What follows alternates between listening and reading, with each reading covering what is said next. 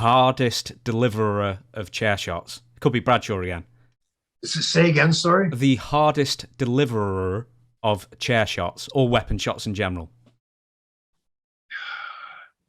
So I've always, I would say almost every chair shot I've ever taken was hard, what I would consider hard, but safe.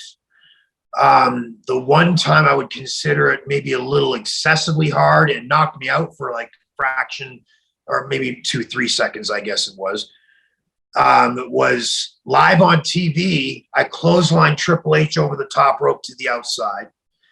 And then I came out underneath the bottom rope, the other side of the ring, and walked around to meet Triple H where he's going to crack me over the head with the chair and get a DQ.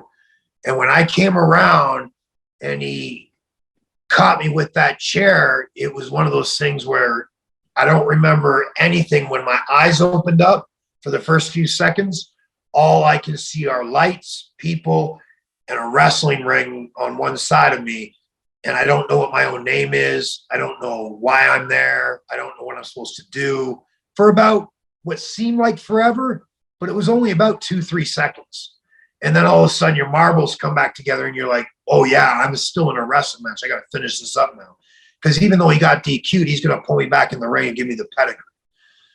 But those first few seconds, when you open your eyes and you come to and you don't know who you are, you don't know what you're doing, I'm not going to lie, man, that's a scary, scary thing. Like when you become frightened, that's what I felt. I felt like a child for those first few seconds. And I would say that was probably the hardest I was ever hit over the head with a chair, was by Triple H. Is this the one? Because somebody else, and this is further down the script, has said that there was a chair shot in 2005 in Sheffield, England. Was this the one that you're referring to? I believe that was the one. I could be wrong. That sounds like it might have been Sheffield, England. Yeah, I don't really recall specifically what town it was, but that sounds about right. That could definitely be right. And guess who was in the audience? Me for that. I don't remember it though. I'll have to rewatch. Oh, it. You were there for that? I was actually there for that. Would you believe? Yeah. Oh, very good, very good. Yeah. Did you ever get any like long-lasting, concussion syndrome, anything like that, or did you start recalling quite quickly afterwards, and no long-term ill effects? No, I had ringing in my ears. It was the one that really scared me. I've had smaller concussions before, but it is what it is. I had a headache for a day or two and then it went away, and then you just continue on. It's just the way it is. That one there, I still worked, but it messed me up.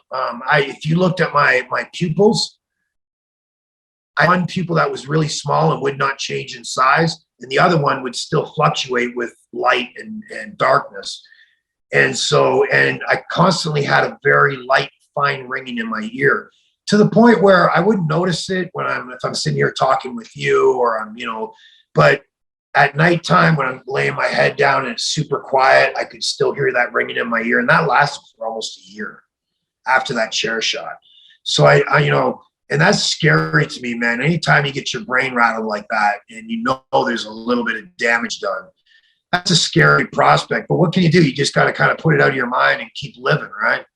But that was the hardest I was ever hit, was by Triple H, and probably the most scared I've ever been after being knocked out and waking up. For those first few seconds, that fear can be overwhelming. That's for sure.